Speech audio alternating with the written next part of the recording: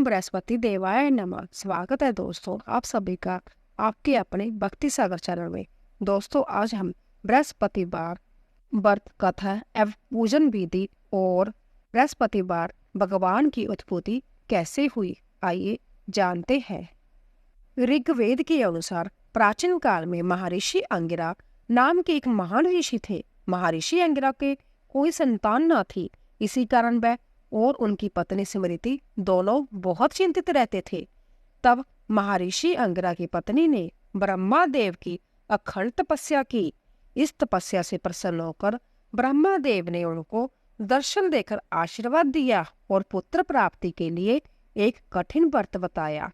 ब्रह्मा देव ने कहा कि अगर वो पूरी आस्था और नियमों के साथ वो संबंध व्रत का संकल्प लेते हैं तो उन्हें एक तेजस्वी पुत्र की प्राप्ति होगी। महर्षि अंगिरा और उनकी पत्नी ने ऐसा ही किया और कुछ समय बाद उन्हें एक पुत्र की प्राप्ति हुई। महर्षि अंगिरा के पुत्र का नाम अंगिरा नंदन रखा गया, जो बाद में जाकर बृहस्पति नाम से प्रसिद्ध हुए। अपने पिता की तरह ही अंगिरा नंदन भी बहुत ही ज्ञानी थे। वह भगवान शिव के परम भक्त थे। उन्होंने भगवान शिव की घोर तपस्या की। तपस्या से प्रसन्न होकर भगवान शिव ने उनको दर्शन देकर कहा कि हे पुत्र, तुमने मेरा बहुत ही बृहत तप किया है, इसीलिए तुम अब से बृहस्पति के नाम से जाने जाओगे। तुम धर्म और नीति के महान ज्ञाता हो, इसीलिए अपने ज्ञान से देवताओं का मार्गदर्शन करो। इस प्रकार देवों के देव महादेव ने बृहस्पति को देवगुरु की उपाधि दी और नवग्रह मंडल में स्थान भी दिया। जिस मनुष्य की राशि में गुरु जाने बृहस्पति मजबूत होता है, उसे मेहनत के अनुसार फल मिलता है और वह निरंतर सफलता की सीढ़ियों चढ़ता चला जाता है। वही जिन लोगों का गुरु कमजोर होता है, उन्हें बृहस्पति देव का पूजन व व्रत रखने की सलाह भी दी जाती है। बोलिए बृहस्पति भगवान की जय। तो दोस्तों जानते हैं पूजन विधि। शुभ कार्य की शुरुआत प्रथम पूजनीय श्री गणेश जी महाराज के समक्ष मन कर्म वचन से शुद्ध होकर हाथ जोड़कर करें। बृहस्पति देव पूजन प्राय पीले वस्त्र पहनकर करना चाहिए। बृहस्पति देव के पीले चंदन का टीका लगाकर घी का दीपक जलावे। फिर केला, चना दाल, गुड़ व मुनक्का का भोग लगाकर हाथ जोड़ प्रार्थना करें। इसके बाद प्रेम पूर्वक कथा सुने। कथा सुनने के बाद प्रसाद बांटे एवं संध्या भी ग्रहण करें। इस पूजन व व्रत को करने से बृहस्पति देव प्रसन्न होकर धन, पुत्र, विद्या, सुख, शांति सहित मन की सभी इच्छाएं पूर्ण करते हैं। इसीलिए यह व्रत सभी मनुष्य के लिए सर्वश्रेष्ठ और अति फलदायक है। बृहस्पतिवार के दिन जो भी मनुष्य व्रत करे वह दिन में एक ही समय भोजन करे। भोजन चने की दाल आदि का करे, परंतु नमक ना खावे। तो दोस्तों आइए शुरू करते हैं बृहस्पति व्रत कथा। भारत वर्ष में एक प्रतापी और दानी राजा राज्य करता था। वह नित्य गरीबों और ब्राह्मणों की सहायता करता। यह बात उसकी रानी को अच्छी नहीं लगती थी। वह न गरीबों को दान देती और न ही भगवान का पूजन करती थी और राजा को भी दान देने से मना किया करती थी। एक दिन राजा शिकार खेलने वन को गए हुए थे तो रानी महल में अकेली थी। उसी समय बृहस्पति देव साधु वेश में राजा के महल में भिक्षा के लिए गए और भिक्षा मांगी। रानी ने भिक्षा देने से इनकार कर दिया और कहा, हे साधु महाराज, मैं तो दान पुण्य से तंग आ गई हूँ। मेरे पति सारा धन लुटाते रहते हैं। मेरी इच्छा है कि हमारा धन नष्ट हो जाए, फिर न रहेगा बांस न बजेगी बांसुरी। साधु ने कहा, देवी तुम तो बड़ी बचित्र हो। धन संतान तो सभी चाहते हैं, पुत्र और लक्ष्मी तो पापी के घर भी होनी चाहिए। यदि तुम्हारे पास अधिक धन है तो भूखों को भोजन दो, प्यासों के लिए प्याऊ बनवाओ, मुसाफिरों के लिए धर्मशालाएं खिलवाओ। जो निर्धन अपनी कुमारी कन्याओं का विवाह नहीं कर सकते उनका विवाह करा दो। ऐसे और कई काम है जिनके करने से तुम्हारा यश लोक परलोक में फैलेगा। परंतु रानी पर उपदेश का कोई प्रभाव न पड़ा। वह बोली, महाराज आप मुझे कुछ न समझाए। मैं ऐसा धन नहीं चाहती जो हर जगह बांटती फिरूं। साधु ने उत्तर दिया, यदि तुम्हारी ऐसी इच्छा है तो तथास्तु। तुम ऐसा करना कि बृहस्पतिवार को घर लीप कर पीली मिट्टी से अपना सिर धोकर स्नान करना, बट्टी चढ़ाकर कपड़े धोना। ऐसा करने से आपका सारा धन नष्ट हो जाएगा। इतना कहकर वह साधु महाराज वहां से अलोप हो गए। साधु के अनुसार कई बातों को पूरा करते हुए रानी को केवल 3 बृहस्पतिवार ही बीते थे कि उसकी समस्त धन संपत्ति नष्ट हो गई।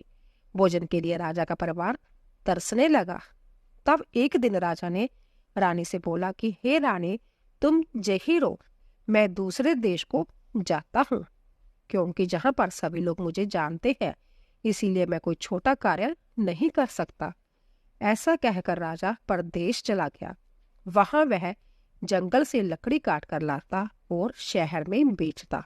इस तरह वह अपना सारा जीवन व्यतीत करने लगा। इधर राजा के परदेश जाते ही रानी और दासी दुखी रहने लगी।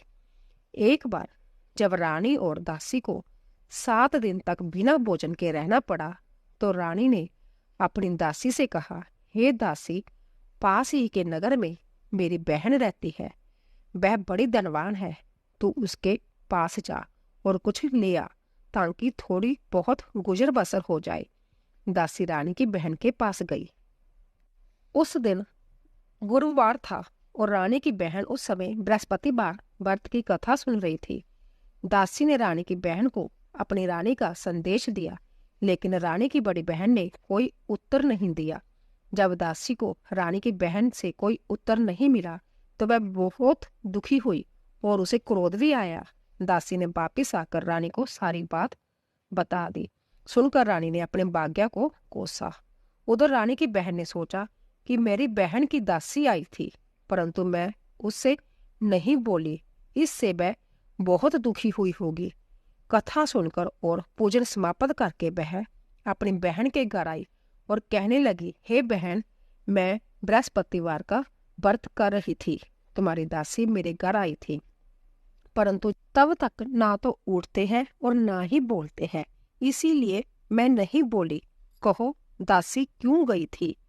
रानी बोली, बहन, तुमसे क्या छिपाऊं, हमारे घर में खाने तक को अनाज नहीं था। ऐसा कहते कहते रानी की आंखें भर आई।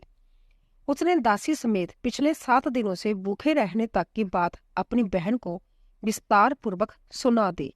रानी की बहन बोली, देखो बहन, भगवान बृहस्पति देव सबकी मनोकामना को पूर्ण करते हैं। देखो, शायद तुम्हारे घर में अनाज रखा हो। पहले तो रानी को विश्वास नहीं हुआ, पर बहन के आग्रह करने पर उसने अपनी दासी को अंदर भेजा, तो उसे सचमुच अनाज से भरा एक घड़ा मिल गया। यह देखकर दासी को बड़ी हैरानी हुई। दासी रानी से कहने लगी, हे रानी, जब हमको भोजन नहीं मिलता तो हम व्रत ही तो करते हैं, इसीलिए क्यों ना इनसे व्रत और कथा की विधि पूछ ही ली जाए, ताकि हम भी व्रत कर सके। तब रानी ने अपनी बहन से बृहस्पति व्रत के बारे में पूछा। उसकी बहन ने बताया, बृहस्पतिवार के व्रत में चने की दाल और मुनक्का से विष्णु भगवान का केले की जड़ में पूजन करे तथा दीपक जलाए, व्रत कथा सुने और पीला भोजन ही करे, इससे बृहस्पति देव प्रसन्न होते हैं। व्रत और पूजन विधि बताकर रानी की बहन अपने घर को लौट गई। 7 दिन के बाद जब गुरुवार आया, तो रानी और दासी ने व्रत रखा। गुड़साल में जाकर चना और गुड़ लेकर आई, फिर उससे केले की जड़ तथा विष्णु भगवान का पूजन किया। अब पीला भोजन कहाँ से आए, इस बात को लेकर दोनों बहुत दुखी थी। क्योंकि उन्होंने व्रत रखा था, इसीलिए बृहस्पति देव उनसे प्रसन्न थे। इसीलिए वह एक साधारण व्यक्ति का रूप धारण कर 2 थालों में सुंदर पीला भोजन दासी को दे गई। भोजन पाकर दासी प्रसन्न हुई और फिर रानी के साथ मिलकर भोजन ग्रहण किया। उसके बाद वह सभी गुरुवार को व्रत और पूजन करने लगी। बृहस्पति भगवान की कृपा से उनके पास फिर से धन संपत्ति आ गई, परंतु रानी फिर से पहले की तरह आलस्य करने लगी। तब दासी बोली, देखो रानी, तुम पहले भी इस प्रकार आलस्य करती थी, तुम्हें धन रखने में कष्ट होता था, इस कारण सभी धन नष्ट हो गया था, और अब जब भगवान बृहस्पति की कृपा से धन मिला है तो तुम्हें फिर से आलस्य होता है। रानी को समझाते हुए दासी कहती है कि बड़ी मुसीबतों के बाद हमने यह धन पाया है, इसीलिए हमें दान पुण्य करना चाहिए, भूखे मनुष्य को भोजन कराना चाहिए और धन को शुभ कार्यों में खर्च करना चाहिए, जिससे तुम्हारे कुल का यश बढ़ेगा, स्वर्ग की प्राप्ति होगी और पितर प्रसन्न होंगे। दासी की बात मानकर रानी अपना धन शुभ कार्यों में खर्च करने लगी, जिससे पूरे नगर में उसका यश फैलने लगा।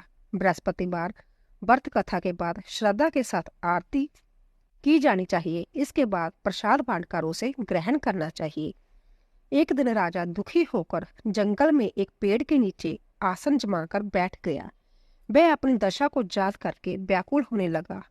बृहस्पतिवार का दिन था। एकाएक उसने देखा कि निर्जन वन में एक साधु प्रकट हुए। वह साधु वेश में संभ्या बृहस्पति देवता ही थे। लक्कड़हारे के सामने आकर बोले, हे लक्कड़हारे, इस सुनसान जंगल में तू चिंता मगन क्यों बैठा है? लक्कड़हारे ने दोनों हाथ जोड़कर प्रणाम किया और उत्तर दिया, महात्मा जी, आप सब कुछ जानते हैं, मैं क्या कहूँ? यह कहकर रोने लगा और साधु को अपनी आत्मकथा सुनाई। महात्मा जी ने कहा, तुम्हारी स्त्री ने बृहस्पति के दिन बृहस्पति भगवान का निरादर किया है, जिसके कारण रुष्ट होकर उन्होंने तुम्हारी यह दशा कर दी। अब तुम चिंता को दूर करके मेरे कहने पर चलो तो तुम्हारे सब कष्ट दूर हो जाएंगे और भगवान पहले से भी अधिक संपत्ति देंगे। तुम बृहस्पति के दिन कथा किया करो। 2 पैसे के चने मुनक्का लाकर उसका प्रसाद बनाओ और शुद्ध जल से लोटे में शक्कर मिलाकर अमृत तैयार करो। कथा के पश्चात अपने सारे परिवार और सुनने वाले प्रेमियों में अमृत व प्रसाद बांटकर आप भी ग्रहण करो। ऐसा करने से भगवान तुम्हारी सब मनोकामनाएं पूरी करेंगे। साधु के ऐसे वचन सुनकर लक्कड़हारा बोला, हे प्रभु, मुझे लकड़ी बेचकर इतना पैसा नहीं मिलता जिससे भोजन के उपरांत कुछ बचा सकूं। मैंने रात्रि में अपनी स्त्री को व्याकुल देखा है। मेरे पास कुछ भी नहीं जिससे मैं उसकी खबर मंगा सकूं। साधु ने कहा, हे लक्कड़हारे, तुम किसी बात की चिंता मत करो। बृहस्पति के दिन तुम रोजाना की तरह लकड़ियां लेकर शहर को जाओ। तुमको रोज से दुगना धन प्राप्त होगा, जिससे तुम बलिभांति भोजन कर लोगे तथा बृहस्पति देव की पूजा का सामान भी आ जाएगा। इतना कहकर साधु अंतर्धान हो गया। धीरे धीरे समय व्यतीत होने पर फिर वही बृहस्पतिवार का दिन आया। लक्कड़हारा जंगल से लकड़ी काटकर किसी शहर में बेचने गया। उसे उस दिन और दिन से अधिक पैसा मिला। राजा ने चना गुड़ आदि लाकर गुरुवार का व्रत किया।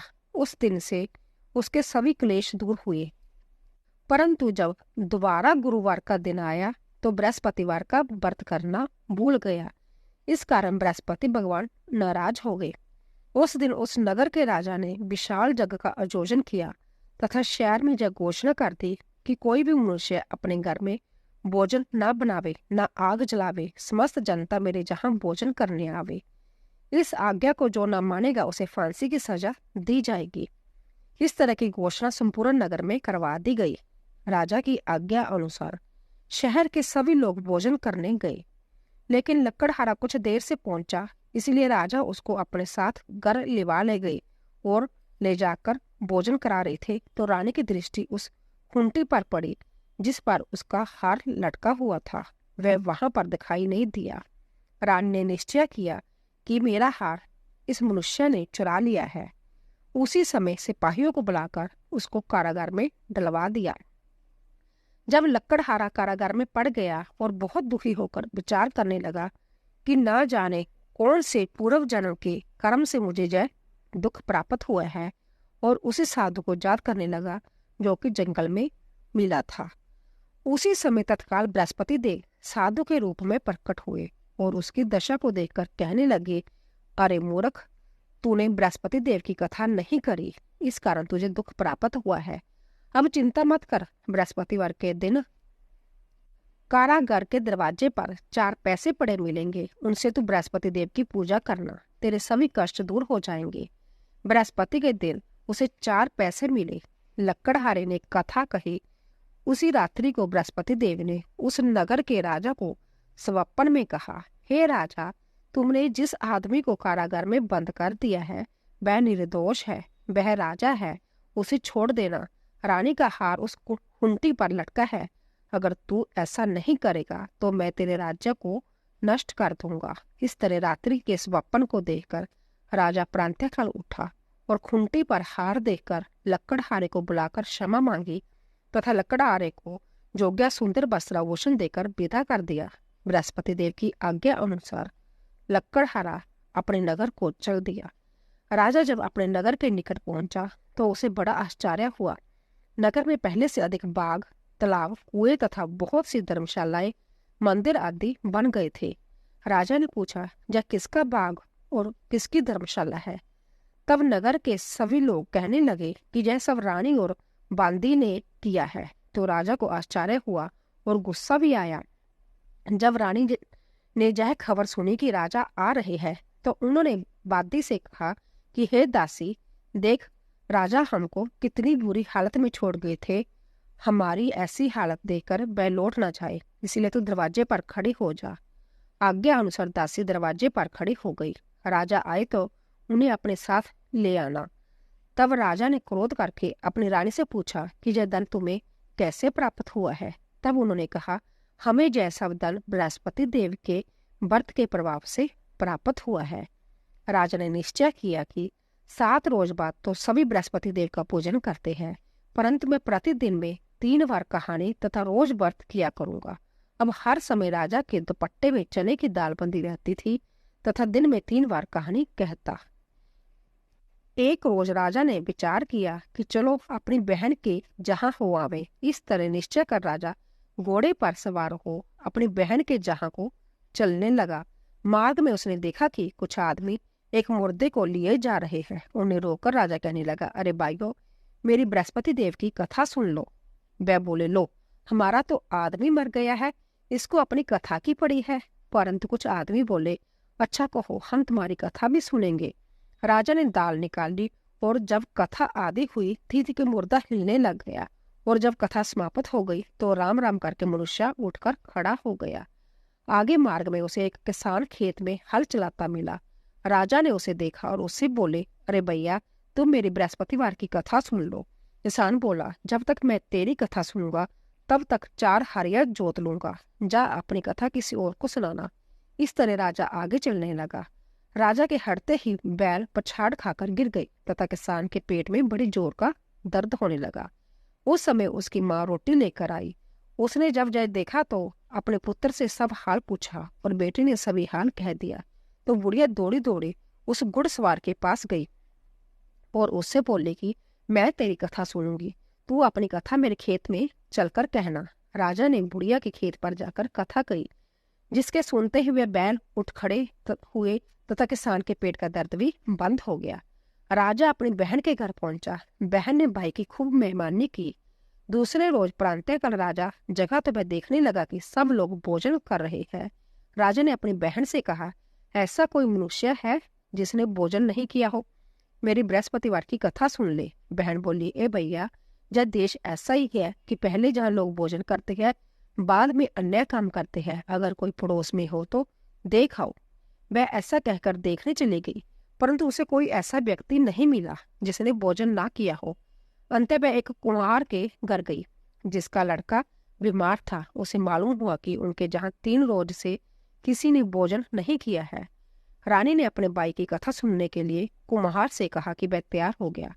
राजा ने जाकर बृहस्पतिवार की कथा कही, जिसको सुनकर उसका लड़का ठीक हो गया। अब तो राजा की प्रशंसा होने लगी। एक रोज राजा ने अपनी बहन से कहा कि हे बहन, हम अपने घर को जाएंगे, तुम भी तैयार हो जाओ। राजा की बहन ने अपनी सास से कहा। सास ने कहा, हाँ चली जा, परंतु अपने लड़कों को मत ले जाना, क्योंकि तेरे भाई के कोई औलाद नहीं है। बहन ने अपने भैया से कहा, हे भैया, मैं तो चलूंगी पर कोई बालक नहीं जाएगा। राजा बोला, जब कोई बालक नहीं चलेगा तब तुम ही क्या करोगी? बड़े दुखी मन से राजा अपने नगर को लौट आया। राजा ने अपनी रानी से कहा, हम निर्वंशी हैं, हमारा मुंह देखने का धर्म नहीं है और कुछ भोजन आदि नहीं किया। रानी बोली, हे प्रभु, बृहस्पति देव ने हमें सब कुछ दिया है, वह हमें औलाद अवश्य देगा। उसी रात को बृहस्पति देव ने राजा को स्वप्न में कहा, हे राजा, उठ, सभी सोच त्याग दे, तेरी रानी गर्भ से है। राजा की यह बात सुनकर बड़ी खुशी हुई। 9वें महीने में उसके गर्भ में एक सुंदर पुत्र पैदा हुआ। तब राजा बोला, हे रानी, स्त्री बिना भोजन के रह सकती है, पर बिना कहे नहीं रह सकती। जब मेरी बहन आवे तुम उसे कुछ कहना मत। रानी ने सुनकर हाँ कर दिया। जब राजा की बहन ने यह शुभ समाचार सुना तो वह बहुत खुश हुई तथा बधाई लेकर अपने भाई की जा आई। तभी रानी ने कहा, घोड़ा चढ़कर तो नहीं आई, गधा चढ़ी आई। राजा की बहन बोली, भाभी, मैं इस प्रकार न कहती तो तुम्हें औलाद कैसे मिलती। बृहस्पति देव ऐसे ही है, जैसी जिसके मन में कामनाएं है सभी को पूर्ण करते हैं। जो सद्भावना पूर्वक बृहस्पतिवार का व्रत करता है एवं कथा पढ़ता है अथवा सुनता है, दूसरों को सुनाता है, बृहस्पति देव उसकी सभी मनोकामनाएं पूर्ण करते हैं। बोलिए बृहस्पति देव की जय। तो दोस्तों, आशा करती हूँ कि आपको हमारी कथा अवश्य पसंद आई होगी। प्लीज जाने से पहले चैनल को सब्सक्राइब कीजिए, लाइक कीजिए और ज्यादा से ज्यादा शेयर कीजिए। आप सभी का धन्यवाद।